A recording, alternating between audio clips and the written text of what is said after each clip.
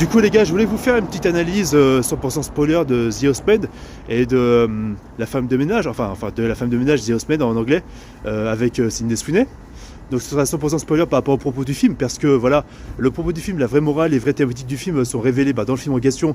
Et voilà quoi, c'est ça, je voudrais pas vous spoiler ça, enfin, je vais devoir vous spoiler ça, pardon, parce que là c'est un short 100% spoiler, excusez-moi, pardon. Et je vous invite à voir ma critique 100% spoiler sur la femme de ménage. Vous savez, c'est que même pas, je vais carrément faire ensuite un short en 3 minutes en critique sur la femme de ménage, et une critique no spoil, littéralement. Non, parce que...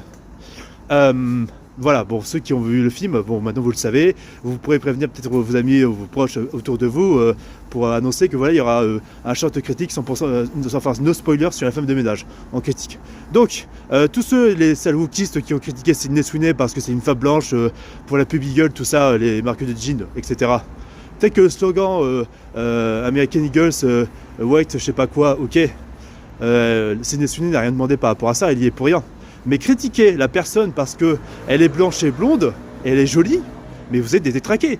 La critiquer sur son physique, tout ça, sous prétexte que voilà, ça vous dérange. En fait, vous dites tolérant, alors que vous êtes les mêmes connards qui vont cracher sur les gens, qui ne correspondent pas à vos idées. C'est pas du fascisme ça, non, sans déconner. Donc tous les wokistes là qui se plaignaient que Sydney Sweeney elle était trumpiste, je sais pas quoi, même si elle est trumpiste, on s'en bat les couilles. C'est son talent qui compte, non, c'est sa personnalité, sa gentillesse, à ce que sache. C'est comment elle est avec les gens dans la vraie vie, pas ses opinions politiques. Et puis aussi, pour information, les gars, je dis ça comme ça, mais dans le film, c'est un film assez féministe où justement on dénonce tous ces psychopathes de mecs qui font du mal à nos femmes, qui ne les respectent pas, qui ne respectent pas leur intégrité. Et donc, c'est bien gentil de critiquer Sydney Sweeney qui est voilà, prétendu d'un parti assez conservateur par rapport aux femmes, alors que c'est carrément une actrice comme ça, comme Sydney Sweeney, hein.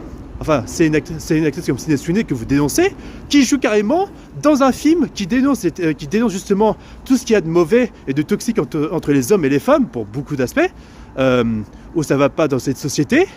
Et c'est paradoxal que vous critiquiez Sydney Sweeney à la base, alors qu'elle a fait justement un film qui va dans votre sens en termes de message féministe. C'est ça qui est fou quand même.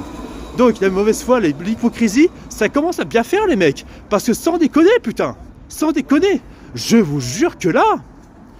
Vous me gâtez en termes de débilité en 2025, vraiment. Les contradictions comme ça, mais vous en faites pas. Trump, il va rester au pouvoir en espérant qu'il foute pas la merde, même si Trump, il a comme de gros défauts, faut pas oublier, même par rapport à Puff Daddy, etc. Mais il n'empêche, voilà, ok.